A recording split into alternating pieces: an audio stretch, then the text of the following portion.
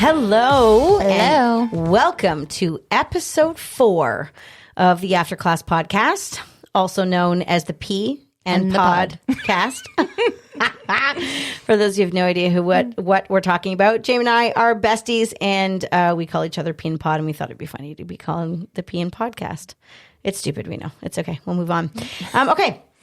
Today's episode we're psyched about because in terms of agility, puppy training is probably one of our favorite things. Absolutely. It's so fun. And we both have puppies. We both have puppies, and it seems to be a trend for us, isn't it? Yes, it is. This is like what, round 3? 3. Mm-hmm. Round 3. So we have 13-year-old dogs. Well, her dog's a little bit younger. Repeat on mine, 13 and 12.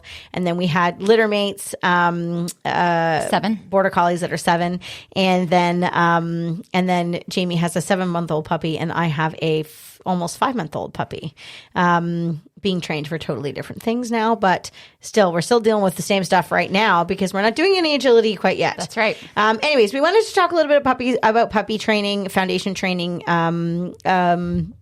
raising puppies for agility.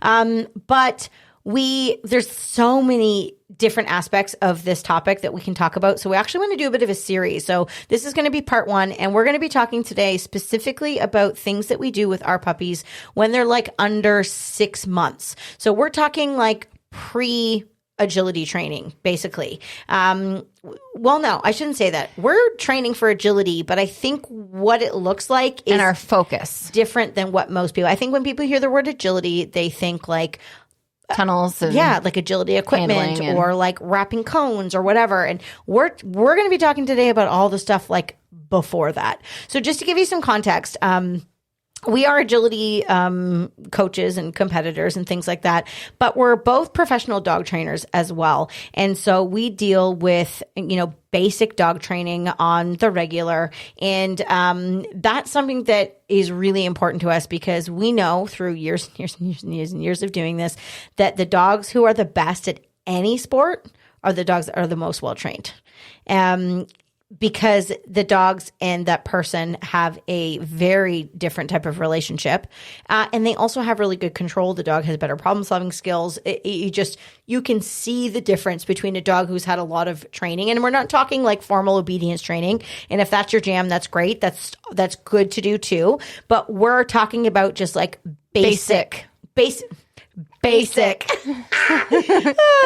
talking about basic training that transfers over to agility. And it makes a massive difference. And also, so we taught pre-COVID, we taught a ton of seminars. And one thing that we would often end up doing when we would travel is helping people with agility. But most of the time we would end up helping them with a dog training issue because we're a little bit rare in the fact that we're agility trainers and dog trainers at the same time.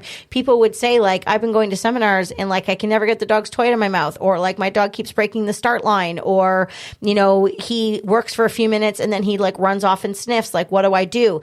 That's all dog training. My dog won't hold its contacts. That's dog training. It's not really an agility problem. It's a dog training problem. So knowing that when you have a puppy, you are preparing for agility. Yeah, for agility, keeping those basic skills in mind. So we're talking about like puppy stuff. When we bring our puppies home, they are usually around like 8-9 weeks old, I would say. And so we're talking about 8-9 weeks all the way up to about 6 months, not perfectly in that category, but we're going to kind of stick to the baby stuff. And then in some of our other episodes, we're going to get into some of the other things if you have a puppy that's a bit older than that.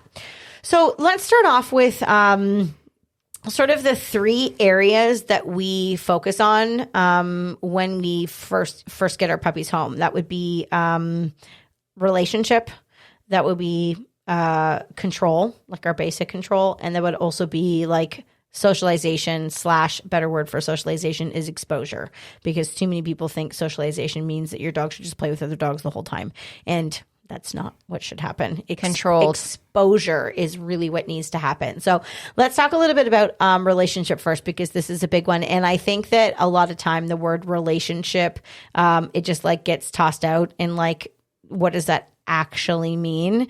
And when you say like, oh, you really need to work on your relationship with your dog, like, If you didn't know anything about dogs, what would you think that meant? I'm not sure. I know. It's a hard question now because I think everybody thinks, well, I have a great relationship with my puppy. You know, he loves me. Yeah. But does he if he's in a room with like a bunch of other people? Or does he when there's like a leaf blowing over there?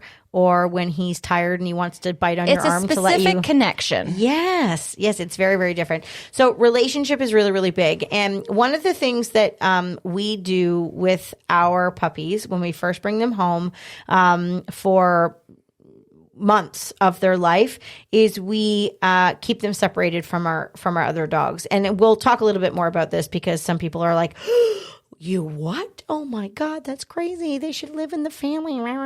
That's not what it is. They're like isolated or anything like that. But we do separate them. And I'll tell you one of the biggest reasons why.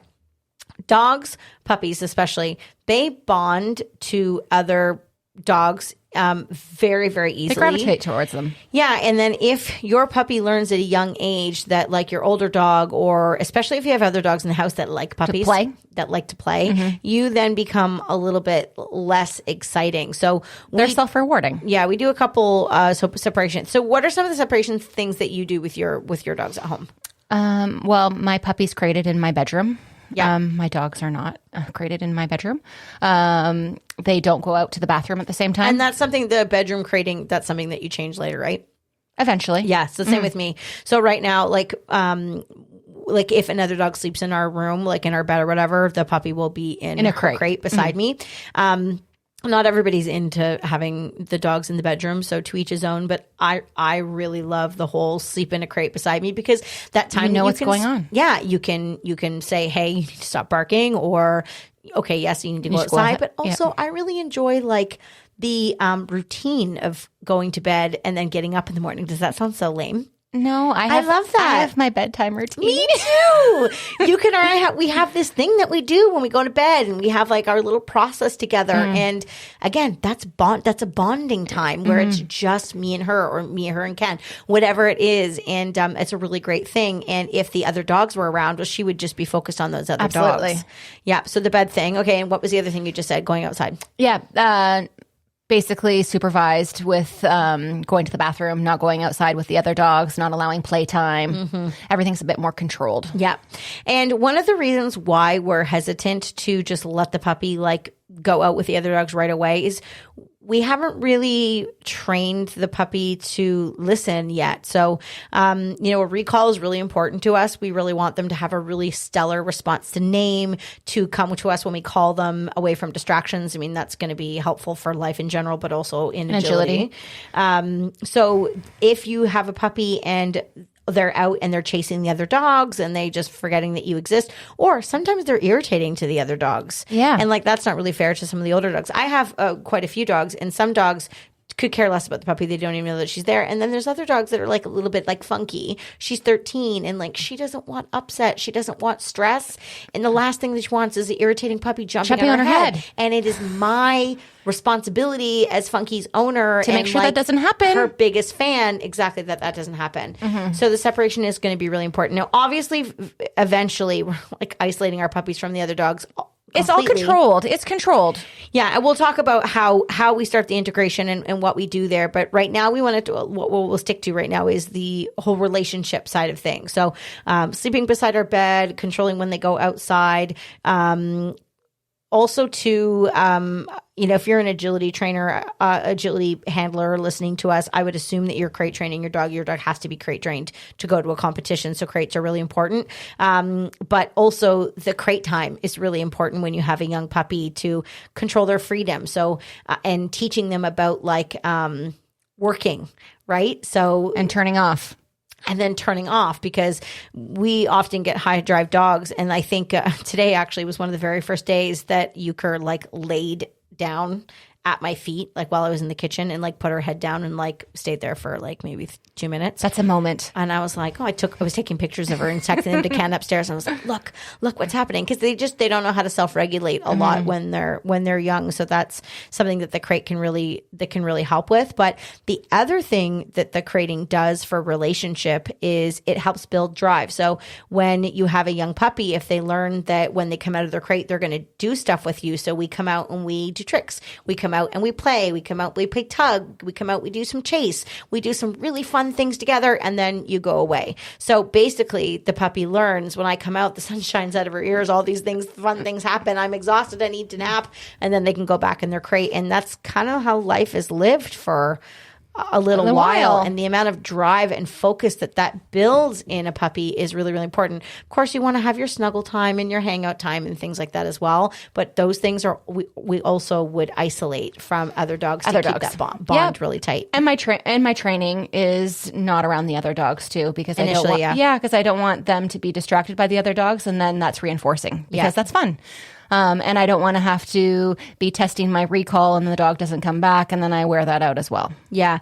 And keep in mind, when you have a baby puppy, it takes months to develop some of these things like response to name and recall and things like that. Like, we have our young puppies out. One of the things that we really love to do are restraint recalls. Love them. Oh, favorite thing ever. They tire puppies out, but there's such a great way to teach the puppy to think and want to chase after you. So Run fast. Exactly. One of us will hold the puppy. The other person will stand in front, dangle a toy, call our puppy's name, and then take off and run. And then we let the puppies chase, and it really builds drive for chasing and things like that. But it's also really good for, obedience training, teaching them to come when they're called. But the other thing that's really nice about it is it teaches the dogs to kind of want to like find you. So we turned it into like hide and seek games with the puppies as well. We did a lot of that with Smooch when he was younger, and that was really fun, where I would hold him in the arena and Jamie would go, and we'd just start off by being close, like maybe 10 or 15 feet. She'd had like ducked down behind a tunnel or something and call him, and he would be like, where's my person? And then we would play and have like these huge games and he would catch you.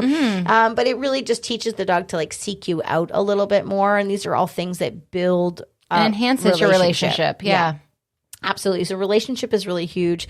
Separation is really important, but I will be the first one to admit that the separation that's hard work. Grueling. It's hard work. It is so hard work. But we've done it over and over and over again, and we know that the impact on the bond and the focus that we get from a dog at a young age, like I normally can take a young dog into a classroom with other dogs, and it's not an issue because I've spent so much time working on building focus for me, and then obviously integrating the distractions in slowly and gradually so that you're always building on success. You're not going to like isolate your dog completely from distractions and then show up to class, when they're 6 months and be like, okay, I'm here. And then your dog's like, whoa, what's this world? This is like way too much. So there's a gradual process. But I think that those types of separation things are really important. But I'm getting off topic. What I wanted to talk about was the time. The time that it takes to do the socialization. Yes. And I think that's why a lot of people don't follow through with it because they get lazy. Especially if you have a multi-dog household and children and a full-time job. It is exhausting and it is hard. But you have to also remember that your puppy doesn't need the same time of exercising or mental stimulation as maybe your older dogs. Yeah. They need it, but a good 15 minutes of doing can tire them out. Yeah, of trick training or doing restraints can go a long way. Yeah. I find what really works well for my puppy is to do multiple little things a day for short periods and then to put her away. And as she's gotten older, what I do with her has had to shift a little bit. She actually requires more exercise now at 5 months than she did at, 4 months. Even like in the last month, things are very, very different. But also 5 months, I have more skills now. I have a response to name. I have a go and lie down. I have more training, which means when she's not crated and she's out and starting to integrate into some of the other things, she has more skills. Where when she was 13 weeks old and I would say like, go and lie down in your bed. Well, she knew that as a trick. She'd run over and then like 2 seconds and then off. You're up and doing something. So you can't like use your skills. You're still developing those things at that point. So the time that it takes is a challenge for sure, but it really is worth it. And then when it comes time to integrate your dog into, if you have a household with other dogs or kids or whatever it might be, do it slowly. I know one of my favorite things. Or pick a dog. That's a good suggestion. Pick a specific dog. I'm not sure that I would necessarily, depending on my dog, but the puppy that I have now, I wouldn't pick my other border collie. She's pretty high drive and she's very stimulating to my puppy. So I might pick one of my older dogs that isn't as interesting. More chill. Yeah, that's what I did. I would have Funky or one of the older dogs that just don't care. And I would have them like do a lie down in the kitchen, and I would practice sits and downs beside her with the puppy. I do little let's go walking around and, just get her comfortable. There's the dog, no jumping on the head, like focus on me, response to name, just until the novelty wears off. And then, of course, there's lots of times where my puppy's been a puppy and she's been like, oh my God, other dogs, that's so exciting. And then but having the leash on and having some tools to redirect her focus back on me was a great way to kind of teach her to be in control. And then when I was able to bring her over to class, I would just stand an easy transition. Yeah, I would just stand in the back of the classroom and just sit at my side. Well, she's done that behavior many times, millions of times at the house with very small distractions. And then it's just a little step up and a little step up, and we can just start building on success rather than putting her in a situation where she takes off from me and chases a bunch of other dogs in class, or she grabs a toy and she won't bring it back. Like all of these things. They carry over. Yeah, we train all of those things first before we put our dog into any type of agility class scenario. So that when they enter it, they have some skills underneath their belt and they like us. They really like us because that's important. That goes a long way. So that's relationship. The other thing that we kind of touch on this a little bit, but is control. So, having an obedience background, doing some obedience training is really important to the both of us because it really helps develop problem solving skills.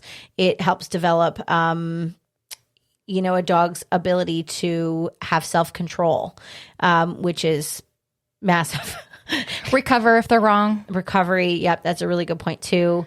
I think be more mindful. Yeah. And respect, leadership, those types of things. We do a lot of, puppy training. So my family is a business called, McCann Professional Dog Trainers, and we help hundreds and thousands of students from all over the world. And I would say if we have puppy students, the biggest thing that people ask us about is nipping and biting. And to be honest with you, I can't really remember a dog that I've ever had that had nipping issues. No. And why? The control, the obedience piece. Yeah. And it's because they live such a life of strong but fair and fun leadership that they don't even think to nip and bite, because how they're controlled on a daily basis, it exudes leadership. So I don't ever have to lay a hand on my dog. I don't ever have to be super crazy firm, disciplined because I've already established respect by how I do everything else in terms of like how they come in and out of the crate, whether they have to bring the toy back, whether they can impulse control. It's basically all impulse of that stuff. So, and I think so many people, they just don't know about how to do that. So they end up having a puppy that, barks obnoxiously and they can't get it to be quiet. Or they run around the area with their toy and they don't bring it back. We're going to get into that. That's catch me if you can. Our biggest pet peeve. Yeah. So the obedience and the focus is really, really important. We highly, highly encourage you, if you're an agility person, to get your dog into obedience classes. And it doesn't need to be... The agility piece will come naturally once you have that under your belt. Yeah. Now, there are and we'll get into this. There's lots of agility things that we do with our dogs at a young age that prepares them for the sport of agility. But from, 8 weeks to 6 months, the main focus is control and building a relationship and learning a little bit about what life kind skills. Of dog that we have. Life skills. That's a good name for an online course, James. Yeah, it is. McCanndogs.com/link.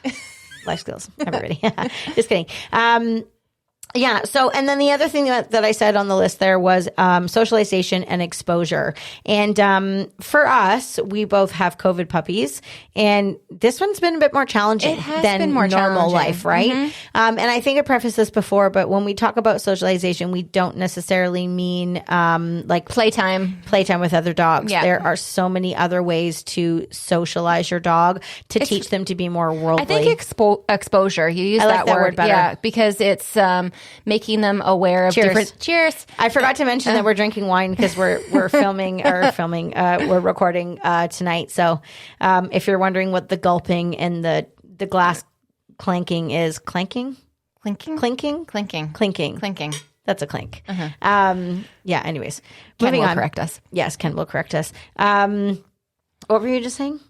Exposure. Oh yes. Yeah. It's basically what we're doing to socialize our puppies. It could be bringing them out into a town with busy traffic and getting used to the sounds of cars or big trucks. It could be exposing them to the other animals of the house and under control. It's not necessarily, taking them off leash and having a huge playtime session. Yeah. I think in exposure too, there's a certain time when we would start to do that. For me, I try to make sure that my puppy has like at least their first 2 sets of vaccinations before I do that. But the second thing that I like to do is make sure that before I'm going to go out and expose my puppy to a bunch of things, that I have some tools under my belt that I can use to control the situation and to keep her happy and to keep her safe and to keep her under control. So for example, before I go out and, put her on the street with other people. In fact, so she's not even 5 months. She's almost 5 months, around there. Last week was the first time we ever walked around our neighborhood. And why I waited that long is because she didn't know how to walk on a loose leash perfectly yet. She's still not perfect now, but she at least has the tools. And I needed to figure out, what treats were going to be helpful for me in that moment. Would she prefer to use a toy as a reward, whatever? I needed to learn all of those things so that if I took her for a walk, her most valuable reward. Yeah, because what I don't want to do is expose her to a wonderful neighborhood walk and she can't have handle it be disaster the whole time, because that doesn't do much for our relationship or for our control. Another thing that was something that I had to work through in terms of exposure is being a border collie. She's highly, highly stimulated by cars. And so, if I was to walk her here on this property, we live on a fairly busy street, 22 acres, so we're quite far from the street. But even with them at a distance, she's like, whoa, interested. This is amazing. And again, if I was just to go out and expose her to the cars, but not have any tools to teach her how to control herself around cars, that wouldn't be so good as well. So exposure is great, but you should make sure that you have a few go-to moves before you go out there. Like for us, we do a controlled sit at the side, teaching them to get in and sit on a loose leash. We would work already on a tugging it out, or maybe a hand tap, or a couple different go-to things that we can do to snap the dog out of whatever they're focused on and get them re-engaged with us. But those things need to be taught before you start to expose them to those types of scenarios, because exposures need to be good exposures. You have to be able to have an out if it's not going well. Yeah. Yeah, absolutely. You've taken your puppy out, down into the town, haven't you? I have down into the town, but we worked up to that. I knew that he was pretty stim by motion, so I have 2 young kids that get on the school bus every day. So in the mornings, we would sit on the porch. The kids would go down to the driveway, jump on the school bus, and I would work some control sits just for a few seconds, and then back in the house we go. And I would do that every day.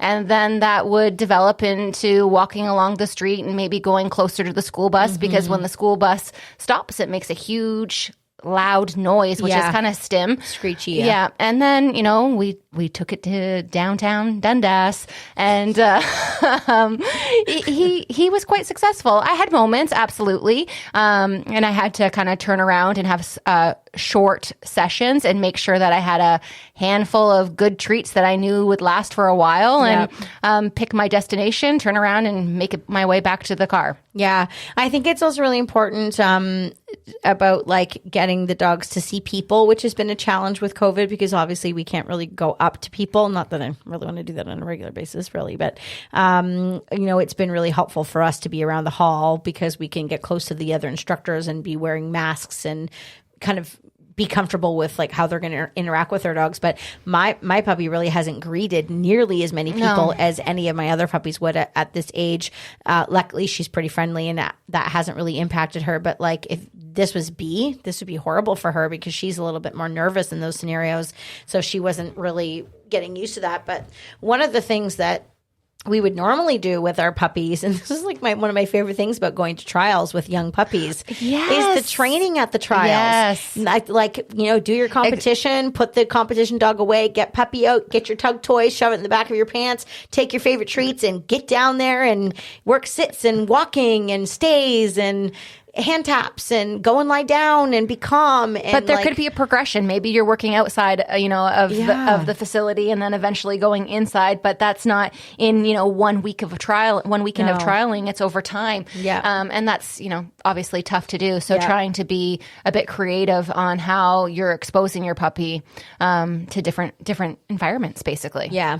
Moral of the story is get some good skills on your dog first that you can utilize so that when you are exposing them to new places, sounds, locations, people, whatever it might be, that you're able to do that, because it is really important with a young dog that they do have good experiences, because that helps to build their confidence. It helps to build their confidence in you as well, because it can be it can be a challenge. And if there's any less experienced people listening, things like leash-free parks, things like that, we are not advocates of those types of places. You couldn't pay me $1 million to take my dog to a leash-free park. There's just absolutely not so many horror stories about poor things and bad things that happen there. But anyways, another topic for another day.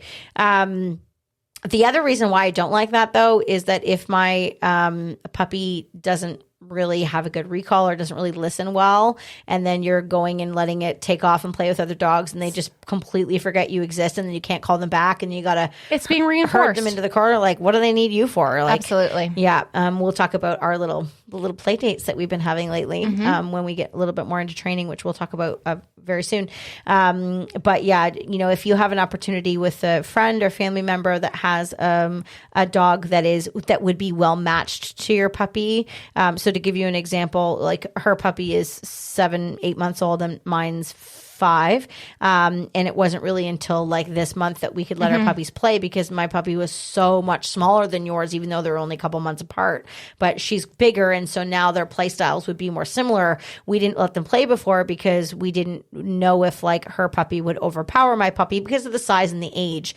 So, sometimes you just don't want to pick any old dog. You gotta match. Has to be a good match. That's gonna build your dog's confidence around other dogs. If you have a softie, that's incredibly important. But if you have a dog that can be a bit pushy, you don't want them to learn to be a bully as well. Okay, next on the list is my favorite, and it's learning about their personality. And this is a good one, because all of this stuff that you're doing prior to getting into any of your agility training is learning a little bit about what type of dog that you have. And I'm not talking about breed and things like that. I'm talking about like what's up in the brain, what's happening up there. Their personality. Yeah, because getting to know what kind of dog you have will help you with your skill development on how far to take things. In our first couple episodes of this podcast, in our very first episode, we talked about like sensitive and dogs who lack confidence and how we deal with those things. And then in our second one, we talked about like high drive dogs, because Jamie and I have had both dogs and we've had to do things very differently. So when you have a young puppy, you want to kind of learn a little bit about their personality. How do they learn? How do they handle stress? How do they handle mistakes?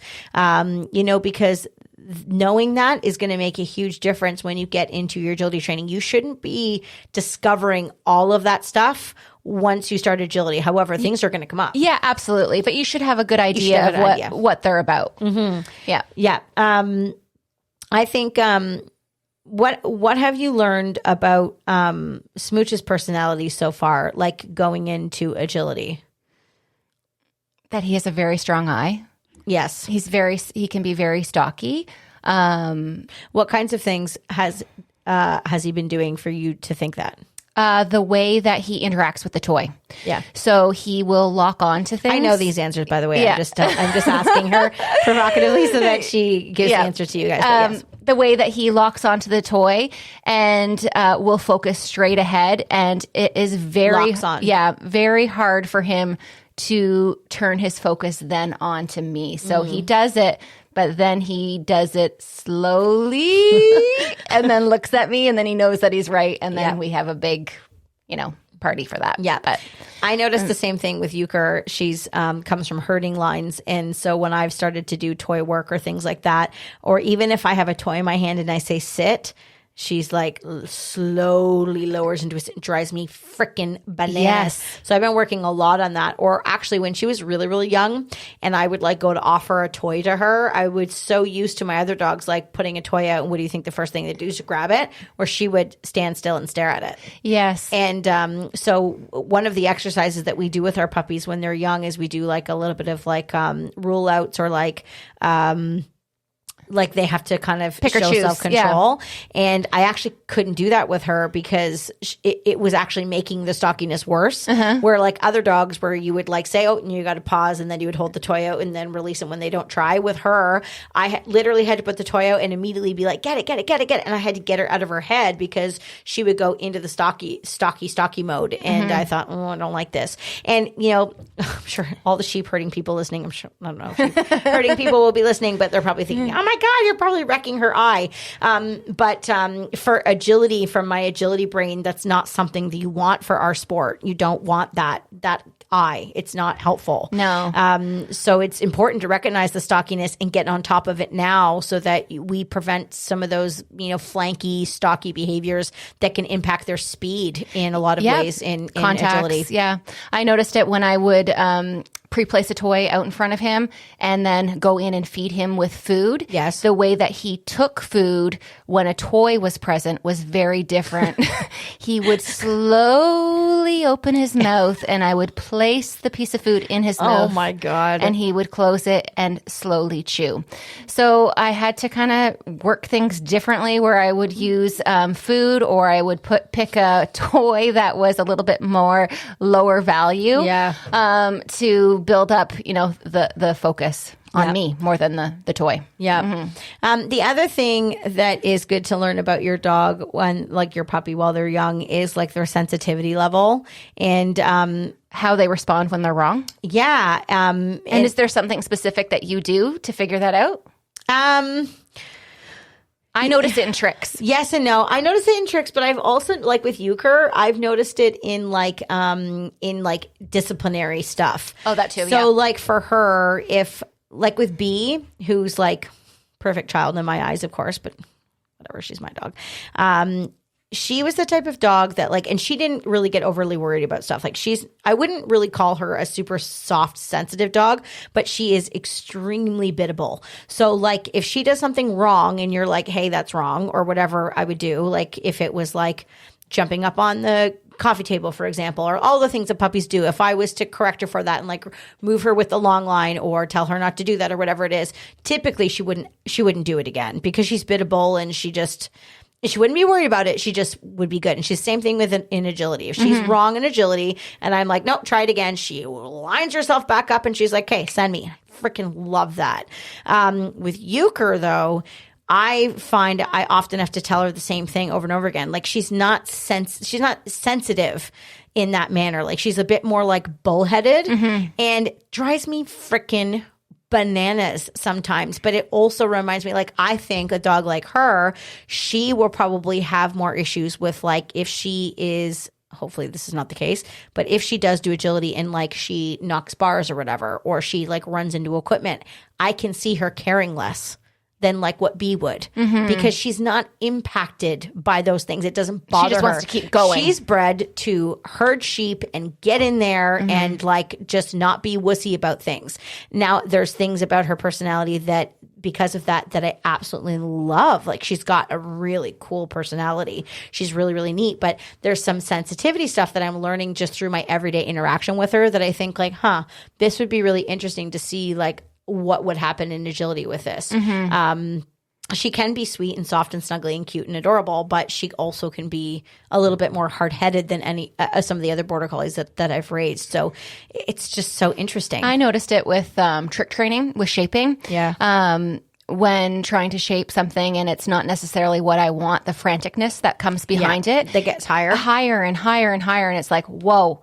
slow down for a second. Let me get my head, because you're going like 2 steps ahead of me here. Yeah. So there's a little bit more of like a franticness about him.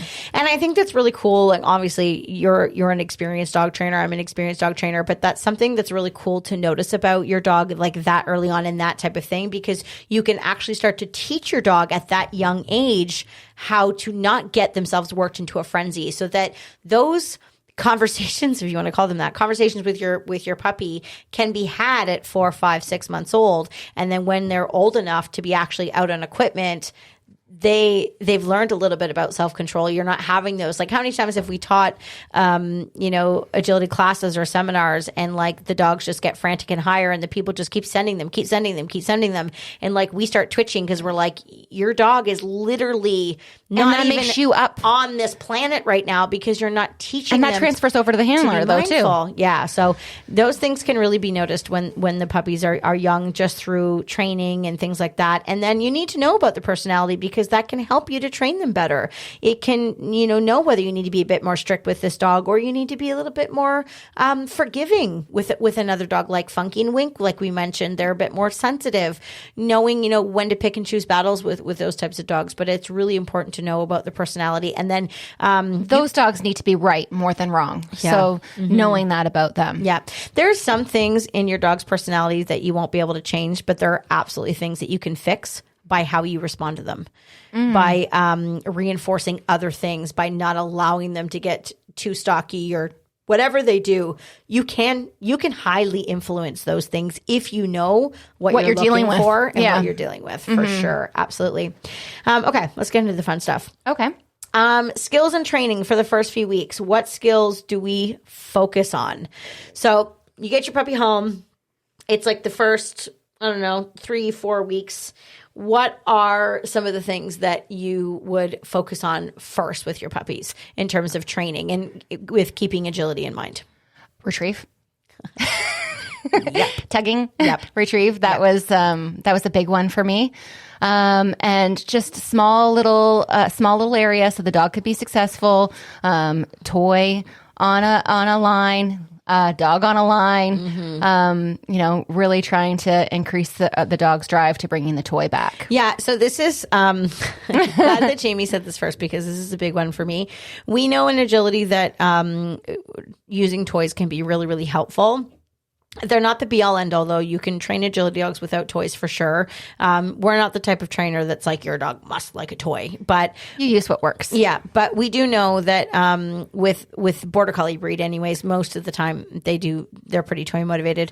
But there's a lot of issues with toys in training. Yes, a lot of dogs who either they self-reward, or they actually start with a pretty good toy drive, but then the person ruins it because they allow the dog to self-play with toys a lot. They give them access to a lot of toys. The dogs don't learn that a toy, like our dogs learn that tug toys is a part of the relationship. It equals us. Yes. It's not a self thing. It's not independent. No, it's a with us. But one of the ways that we teach them that is because whenever they're interacting with the tug toy, they're also interacting with us.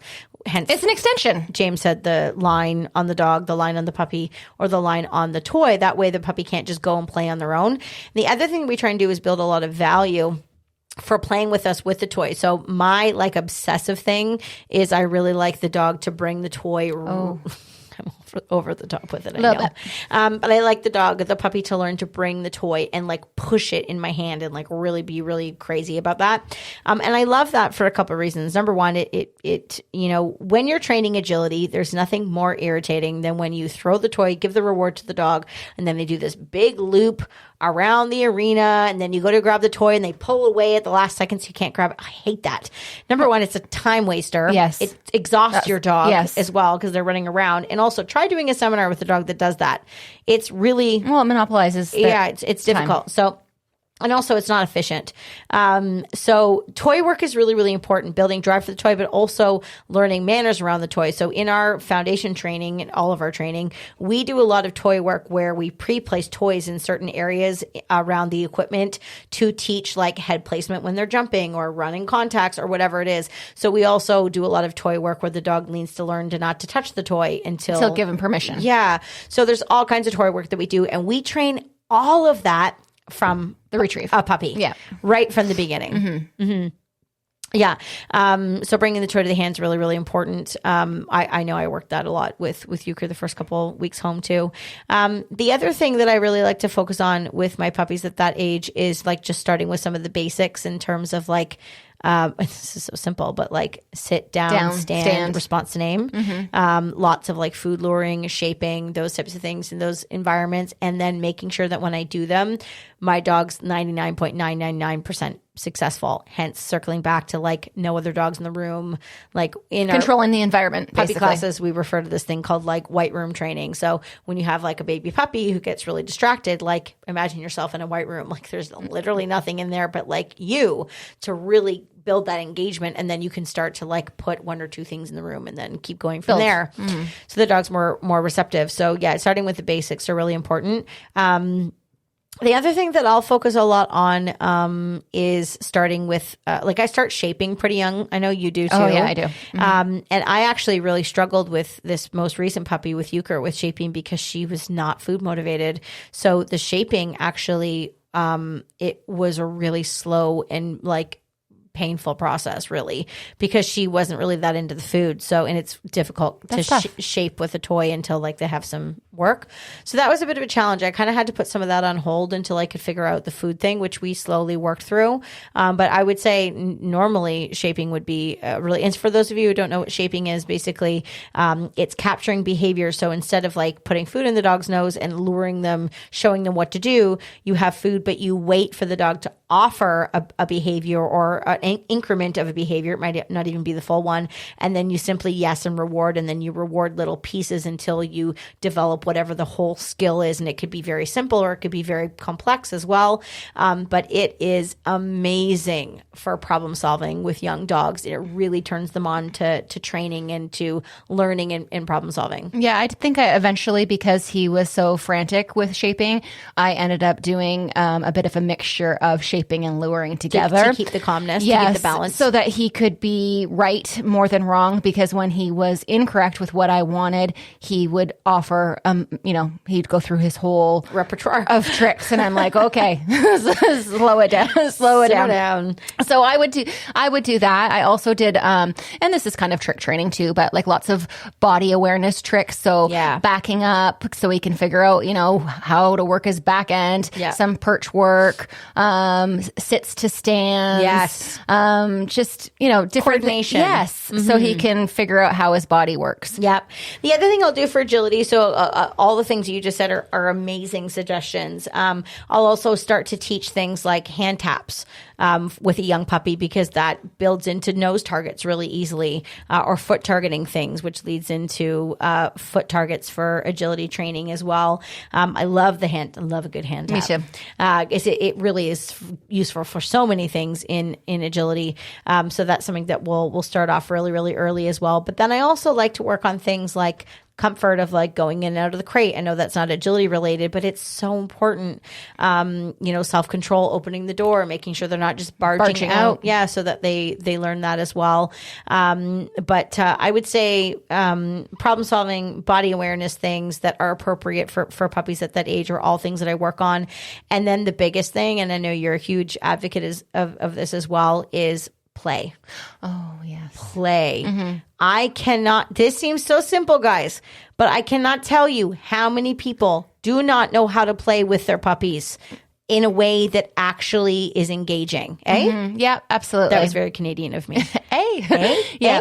But that goes in with, the other trainings that you're doing when the dog's successful. So into your, restraint recalls, your retrieves, like all of those things when the dog's, bringing their toy back, engaging in play with them with the tug and with the restraint recall, engaging with play with them with the tug, like all of those things kind of go hand in hand for me. Yeah.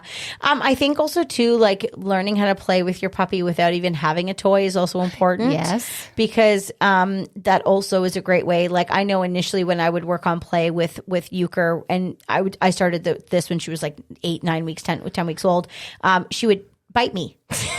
Like, because she was like, this is freaking fun. And in the initial stages, I wasn't super strict about that. But then I was able to teach her that, like, biting at my clothes or whatever, if I was going to be correcting her for that, would stop the game. And I would just stop the game. I would take her collar, tell her settle, and then we would try again. And she was like, okay, these types of things allow you to, the play continues. These types of things teach the play to stop. That's also a great leadership lesson as well. With the play, you also have to have a good understanding of what the dog enjoys in play. Yeah, so because all dogs don't like the same thing. No, there's lots of times where people will think that their dog doesn't like to play, but it's because they're not playing in the right way. And not every dog likes to play the same. So, if one thing worked with a past dog, it doesn't necessarily mean it's going to work with the new dog. You have to be really creative. The slap and clap? The slap and clap usually works for a lot of dogs. Or with Hippie Shake, my little toy poodle, she liked the tickle, tickle, tickle. Mm-hmm. That would make her crazy. But yeah, being able to play with your dog is really, really important. That helps with the toy drive and all that stuff as well. But I think it just also is a great relationship builder for them. It teaches them rules, but it also just lets them know that they can let their hair down with you as well, and that you're going to be, a lot of fun. The play is really, really important because it also increases drive. When they get used to that crazy voice that you have when you start to play, and then you start to integrate that into your agility training. There's so many times where, how many times have we have conversation after class? This is very appropriate since this is the after class podcast. Oh, cheers. That we talk about students needing to be, how do I say this nicely? More fun. Oh, more fun. Yeah. Like it's like I've had naps more fun than some people. Like, let's go. Yeah. And relax, enjoy. Yeah. And I think people just, they don't know how to let their hair down. And maybe sometimes there's a reason. Like maybe they're worried that the dog won't listen. Mm-hmm. And so it's managed. They it's get managed too crazy. The dog's not going to. Well, that's another reason why you should work so much on the obedience. Because once my obedience established, I can be crazy. And my dog's like, yeah, babe, let's go. Like, this is fun. But you gotta, if you expect to get a lot out of your dog, you gotta put stuff into the, like, think about like teeter training and like things like that people start to do with your young dogs. And like, they're like, teeter. And that's what you get. Yeah. Snoozy Magoozy. Yeah. The other thing though too is what I like to do with play is that sometimes I'll work some more control things. Like I like to teach my young dogs too to go and lie down on a bed from early on, and obviously the duration of how long they're on a bed happens. That's a great one. Yeah, but then after they're on the bed, then I'll call them off and I'll have a little bit of a play session with them, and then then I'll make them settle and go back on a bed again to see if they can manage. And you then go down. Yeah. So I also, mix it up. And obviously as they get more skills under their belt, then it becomes a little bit easier for them and there's more success, and the duration of how long they can be on the bed is much longer too. Yeah. As we were talking, I just remembered something that I forgot to say, or we forgot to say when we were talking about, it's just slipped my mind now. We'll have to come back to it. I forget what I was going to say. It was about something about the personality. Knowing their personality? What was the thing that you just said? About the bed. Oh, I remember. It's back. What I was going to say about the personality is that knowing your dog's personality is also really helpful for knowing what types of things that you should be training them to do. Mm-hmm. So what I mean by that is that sometimes what happens is we get really excited about agility training, and our dogs are like, and maybe this is maybe not appropriate because we're trying to keep things like under 6 months, but say like you're approaching like, close to a year, and you're like, okay, now I want to start doing like some agility things, and you start putting things together, and the dogs are maybe a little bit more sensitive and soft, and you haven't really worked a lot on like play and tug and things like that, yet you're starting to do like sequencing, but the dog's like going really slow. But people look at what the dog's doing and they think that that is successful, but like we would look at it and be like, that dog's only giving 60%. And it's only giving 60% because the toy drive's missing, the play's missing, the confidence is missing, the personality is missing, the relationship's missing. All of these are missing, and that person is not reading the dog that the personality of dog that they have, and realize that dog actually should be working on play, or like 3 jumps in a straight line, or whatever it might be. So knowing how to read your dog's personality and then train accordingly to the dog that you have. This is something I talked a lot about in the first episode when I referred to Funky, my oldest dog, who was really soft and sensitive, and I was doing all kinds of fancy shit because I was getting ready to, she's my world team dog. I wanted to go do big things. That was not the right thing for her. Thank God I figured it out and I dialed it back and just simplified things. But I see a lot of, like, often when I watch like Instagram scrolling through and I see young dogs like doing all these things, and like, yes, they're technically doing things correct, but like, they're not giving it their all. No, because they're not doing the right thing for that dog. Yep. She disagrees with me. Yeah. She disagrees with me. Yeah. I know I went off in a bit of a tangent there, but I think that that's really important thing to say about the whole like personality thing before we like totally go off it. Okay. Last but not least, this is a long one, James. This is a long one. Wow. I think we could go on forever about this. But the last thing that we want to talk about is, what would we not do? What would we not do with our agility dogs that we're preparing for agility that are under 6 months? I wouldn't let are you talking about the whole, like, are we going back to the separation piece? Yeah, I mean, you could do that. Yeah. Well, I haven't been letting, like we talked about at the beginning of this conversation about the whole playing with the other dogs. And if it is happening, it's under controlled situation, which we haven't really talked about what we did with our puppies. Yeah, let's talk about that now.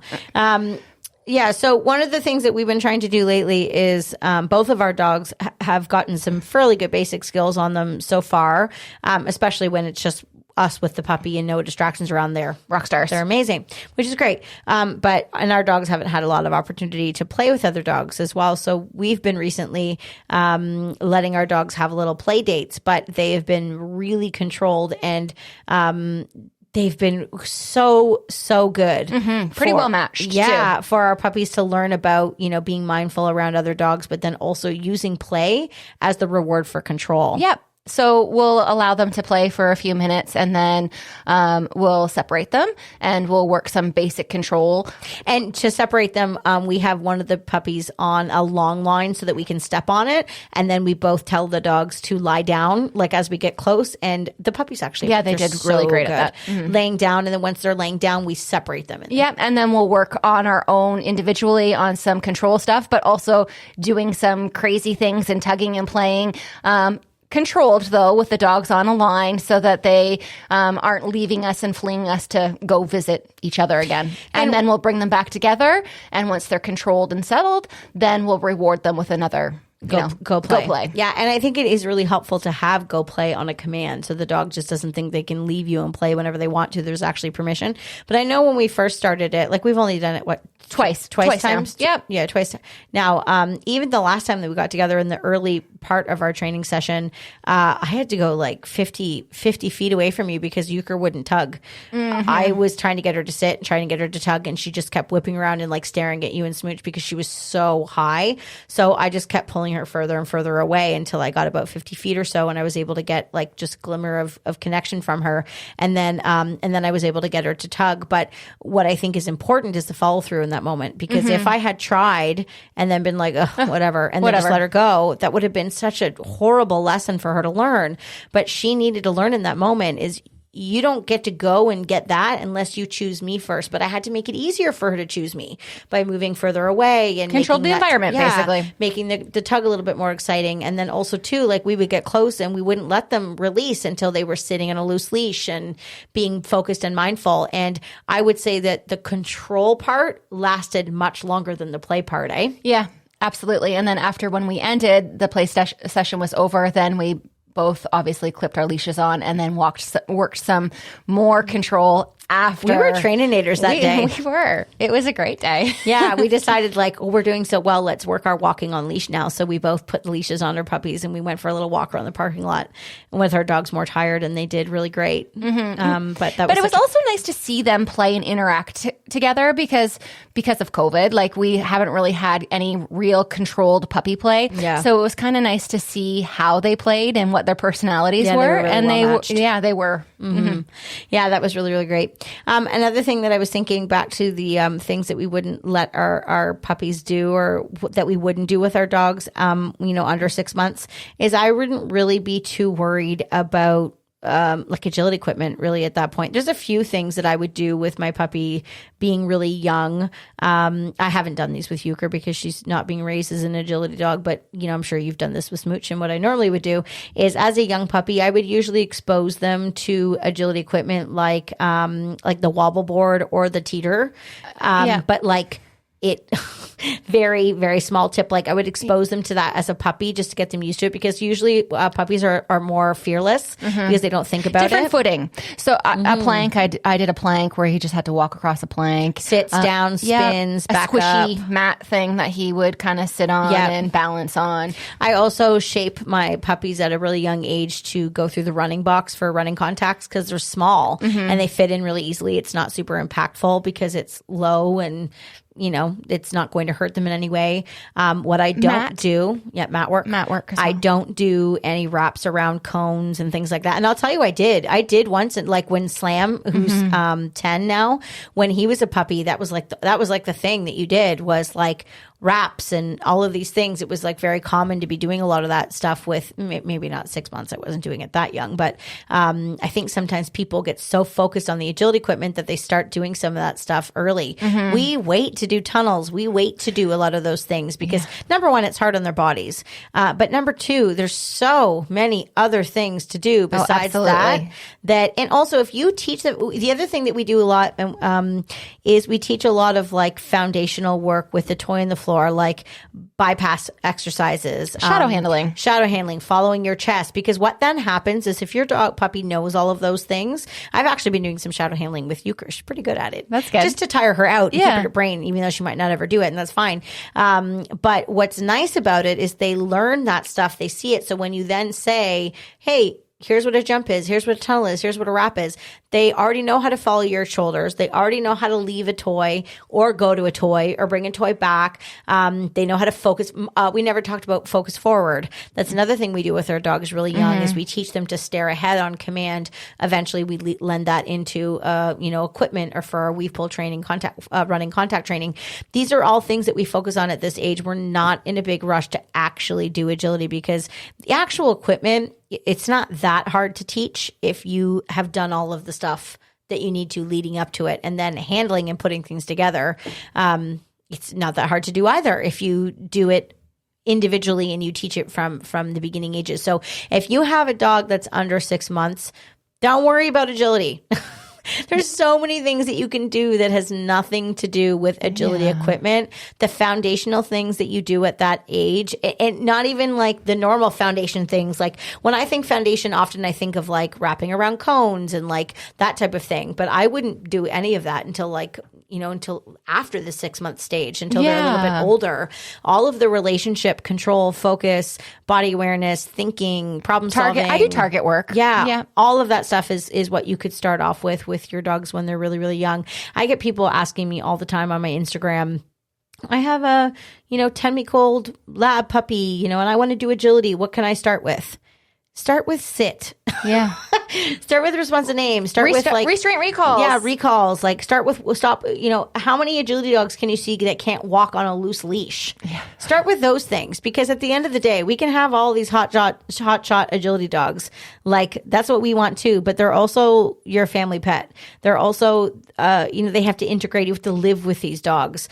You can have this high drive, amazing agility dog, but at the end of the day, you also need to live with these dogs. Agility is a small percent of what I do with my dogs. They, they live my life with my family, and they have to be able to integrate with my kids and my other dogs. So all of the beginning stuff is is so important. So important. They need to have an off switch in the house. Oh, yes. Yes, absolutely. That off switch is so important, and it takes time. And dogs under 6 months don't have an off switch, guys. No. It takes a while. James. Yeah. That was a good one. we could talk about puppies. It was so funny when we made our notes here. I was like, do we have enough here? Like, I didn't really write that many things down. And then it was not a problem. This was, I think, our longest episode yet. So if you're still with us, clink. Clink, clink. Well, I'm glad that you're still with us.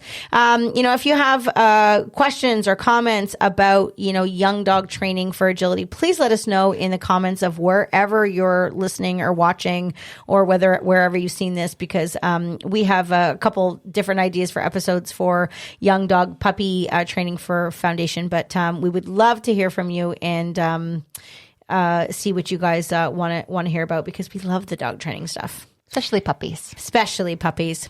All right, guys. Thanks for listening today, and we'll catch you in the next one. Thanks for listening to our McCann Dogs Agility Podcast. If you'd like to learn more about us, check out the links in the show notes below. On that note, happy training.